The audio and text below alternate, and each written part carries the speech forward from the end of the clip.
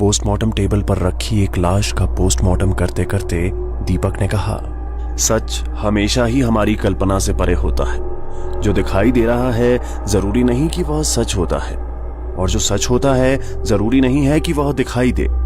पर ये बातें तब समझ में आती हैं जब मौत हमारा घमंड तोड़ देती है। उसी पोस्टमार्टम टेबल की दूसरी तरफ खड़े आदमी ने कहा, जैसे कि हवा। टेबल पर रखी लाश के सर पर हथौड़े से मारते हुए दीपक ने लाश की खोपड़ी खोल दी। बिल्कुल सही, हवा हमें दिखाई नहीं देती, मगर इसका मतलब ये नहीं है कि उसकी मौजूदगी नहीं है। और दूसरा है इंद्रधनुष, जिसे हम देख तो सकते हैं मगर ना कभी छू सकते हैं ना पा सकते हैं। कहते हुए दीपक ने टेबल पर रखी लाश का पूरा शरीर सर्जिकल ब्लेड से खोल दिया। तभी पीछे खड़े डॉक्टर शिंदे ने उनसे कहा, अपनी अपनी राय होती है, क्योंकि मैं उसी चीज पर यकीन रखता हूं जिसे मैं अपनी आंखों से देख सकता हूं या अपने कानों से सुन सकता हूं। डॉक्टर शिंदे की तरफ देखते हुए दीपक चौंक कर बोला, अरे सर, आप कब आ गए? डॉक्टर शिंदे हैरानी से दीपक की ओर देखते हुए सोच में पड़ गए। अगर इसने मुझे देखा ही नहीं था तो ये बातें किसके साथ कर रहा था? हम दोनों के अलावा यहाँ कोई नहीं है। दीपक ने हल्के से मुस्कुराते हुए लाश का चेहरा कपड़े से कस के बांध दिया। लाश उसी की थी जिससे दीपक अभी बात कर रहा था, और टेबल की दूसरी तरफ देखते हुए बोला, तुम्हारी आत्मा को शांति मिले। डॉक्टर शिंदे हैरानी भरी नजरों से दीपक की ओर देखते हुए मन में बोले, सावंत साहब को बताना ही होगा। कुछ दिन बाद बारिश का मौसम होने के कारण दिन भर आसमान काले घने बरसाती बादलों से घिरा हुआ था। पिछले 3-4 दिन से बारिश इस तरह से कहर बरसा रही थी कि जैसे आसमान फट गया हो। शाम के 4 बज चुके थे। आज पूरे दिन एक भी पोस्टमार्टम का केस ना आने की वजह से दीपक अपनी कैबिन में कुर्सी पर बैठा कल की गई लाशों के पोस्टमार्टम रिपोर्ट और तस्वीरों की जांच कर रहा था कि तभी मोबाइल पर किसी का कॉल आया। जी बोलिए साहब। दीपक, पोस्टमार्टम का केस आया है। एक लड़की जो पागल हो गई थी। पोस्टमार्टम करने के बाद मुझे फोन करना। सावंत साहब की बात सुनकर दीपक ने पूछा, मौत की वजह? Shock treatment? अरे नहीं, पर तुम्हें पोस्टमार्टम में पता चल ही जाएगा। और हाँ दीपक, शहर की सारी एम्बुलेंसेज कोरोना मरीजों के लिए लगाई हैं, इसलिए उस पागल खाने के नजदीक ही एक पुराना सरकारी अस्पताल है। कुछ देर में मेंटल हॉस्पिटल के लोग लाश को अस्पताल के पोस्टमार्टम कमरे में पहुंचा देंगे। ठीक है सर, पर उस अस्पताल में पोस्टमार्टम की सुविधा है ना? अरे दीपक, इस शहर का सबसे पुराना पोस्टमार्टम डिपार्टमेंट वहीं है, इसलिए फिक्र मत करो। काम खत्म होते ही मुझे फोन करना। रेनकोट पहनकर दीपक अपनी बाइक से पोस्टमार्टम करने के लिए निकल पड़ा। अभी भी काफी तेज बारिश हो रही थी। लॉकडाउन की वजह से रास्ता पूरी तरह से सुनसान था। कोई आम इंसान सड़क पर दिखाई नहीं दे रहा था। रास्ते पर खड़े पुलिसकर्मी और सायरन बजाते तेजी से आने जाने वाली एम्बुलेंस, बस यही नजर आ रहा था। कुछ ही देर में सावंत साहब के बताए पते पर दीपक पहुंचा। अस्पताल की इमारत काफी पुरानी थी, पर कुछ मरीजों का अब भी इलाज किया जा रहा था। ऑफिशियल काम खत्म कर अपनी फाइल को रेनकोट में छिपाकर बारिश के पानी से बचाता वो अस्पताल के पीछे स्थित पोस्टमार्टम के कमरे की तरफ अकेले ही चलने लगा।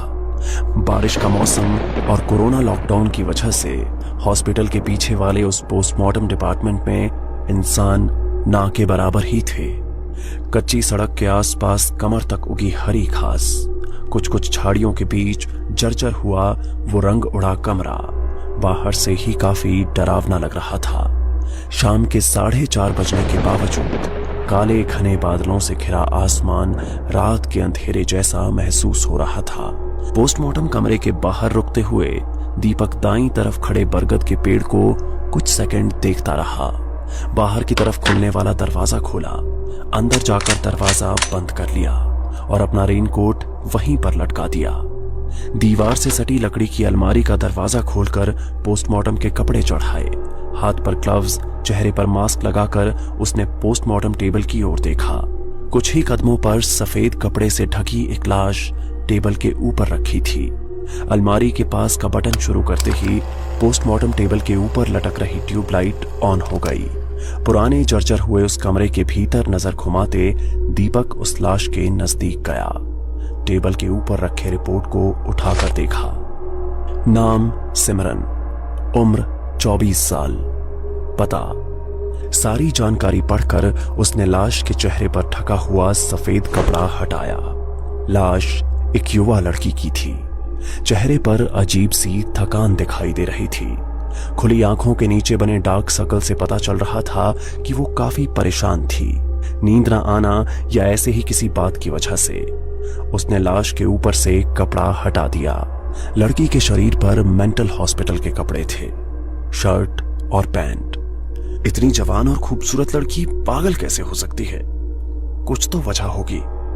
दीपक गौर से उसके चेहरे की तरफ देखने लगा, जैसे वह लाश से ही उसके पागल होने की वजह पूछ रहा हो। एक अजीब सा सन्नाटा पूरे कमरे के भीतर फैला हुआ था। दीपक को पता था कि उसकी आत्मा यहीं कहीं है। वह जानना चाहता था कि उसके पागल होने की वजह क्या है। तभी उस लड़की के बालों से ढके हुए कान के पास कुछ हलचल हुई। कान के पास वाले काले बाल थोड़े हिलते हुए नजर आने लगे।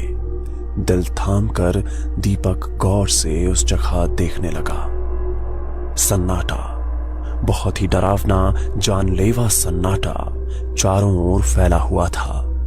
इतना सन्नाटा कि दीपक को अपने दिल की धड़कनें भी साफ साफ सुनाई दे रही थी। दीपक को थोड़ा अजीब लग रहा था। धीरे से अपना हाथ उस लड़की के कान के पास ले जाते हुए बालों को छुआ ही था कि तभी एक मधुमक्खी जैसा कीड़ा उस लड़की के बालों से निकलकर एकदम दीपक के चेहरे पर छपटा। मधुमक्खी की गुनगुनाती तेज आवाज के साथ काफी देर से फैला हुआ अजीब सा सन्नाटा एक झटके में खत्म हो गया। उस कीड़े को हटाने के लिए दीपक जद्दोजहद करने लगा, पर कुछ देर तक घूं घूं की आवाज करते हुए वह दीपक को परेशान करता है और कुछ ही सेकंड में वो कीड़ा उसकी आंखों से ओझल हो गया। दोबारा एक गहरा सन्नाटा उस कमरे के भीतर कायम हो गया। दीपक ने हैरानी भरी नजरों से दोबारा पोस्टमार्टम टेबल पर रखी लाश की ओर देखा। कुछ तो अजीब है, कहते हुए उस लाश के बाल धीरे से कान के ऊपर से हटाए कि फिर उसे कहीं से वही घूं घूं इस तरह की हल्की सी आवाज आने लगी। उसने पीछे मुड़कर देखा। नजर तो कुछ नहीं आ रहा था, पर धीरे धीरे तेज होती वो आवाज कानों में गूंजने लगी। इतनी तेज आवाज कि दोनों हाथों से अपने कान बंद करते हुए चारों ओर देखा, पर कुछ भी नहीं था। और एकदम से आवाज आना बंद हो गई। नजरें घुमाते हुए उसने धीरे से अपने कानों पर से हाथ हटाए। सन्नाटा, एक जानलेवा सन्नाटा पूरे कमरे के भीतर फैला हुआ था। दीपक अपने डर पर काबू रखते हुए दोबारा टेबल पर रखी लाश के नजदीक गया। लग रहा था कि वो लड़की अभी भी जीवित है और अभी उठकर बात करने लगेगी।